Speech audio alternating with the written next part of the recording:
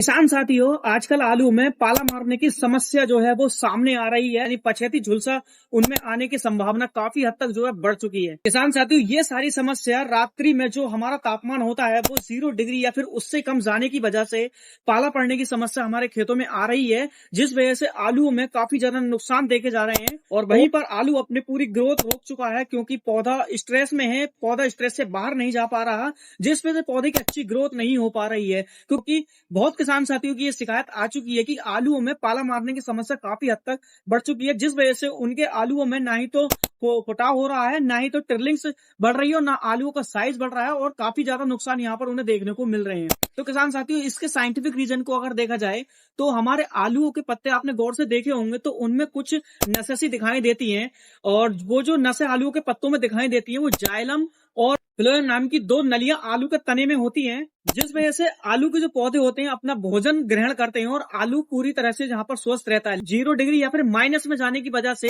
उन नलियों में जो भोजन होता है वो वहीं पर रुक जाता है, यानी जम जाता है, जिस वजह से पौधा अपना अच्छा पोषण नहीं ले पाता, और जो पाला मारने की समस्या आती है वहीं पर आलू में रुकावट आ जाती है, और पौधा पूरी तरीके से अपनी ग्रोथ नहीं कर पाता, और यहीं पर काफी नुकसान देखने को मिल जाते हैं। साथियों, रात का जो तापमान है वो 0 डिग्री या फिर उससे कम होने की वजह से आलूओं में ये प्रॉब्लम बहुत ज्यादा आ जाती है। इस प्रॉब्लम को पाला मारना, पाला गिरना या फिर पछेती झुलसा, अलग अलग जगह पे अलग अलग नाम इस प्रॉब्लम को जो है दिए गए हैं। आलू पूरी तरीके से पछेती झुलसा का शिकार हो चुके हैं। तो किसान साथियों, इन सब समस्याओं का हम यहाँ पर अच्छी तरह से डिटेल में जानेंगे कि अपने खेत में क्या उपचार करें।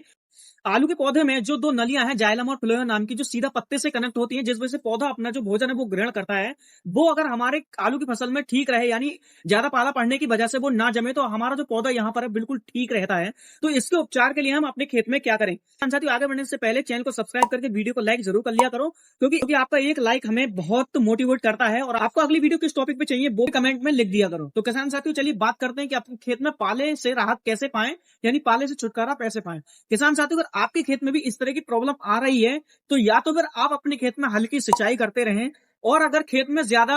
क्योंकि खेत में भरपूर तरीके से नमी अगर बनी रहती है तो आपके खेत में पाला मारने की जो समस्या है वो काफी हद तक जो है दूर हो जाती है। अगर नमी भी बरकरार हो और फिर भी आपके खेत में पाला मारने की समस्या अगर दिखाई पड़ रही है तो आप स्प्रे मशीन को अच्छी तरह से धोकर अपने खेत में सादा पानी का स्प्रे करके भी अपने खेत में आई पाला मारने की समस्या से काफी हद तक छुटकारा पा सकते हैं।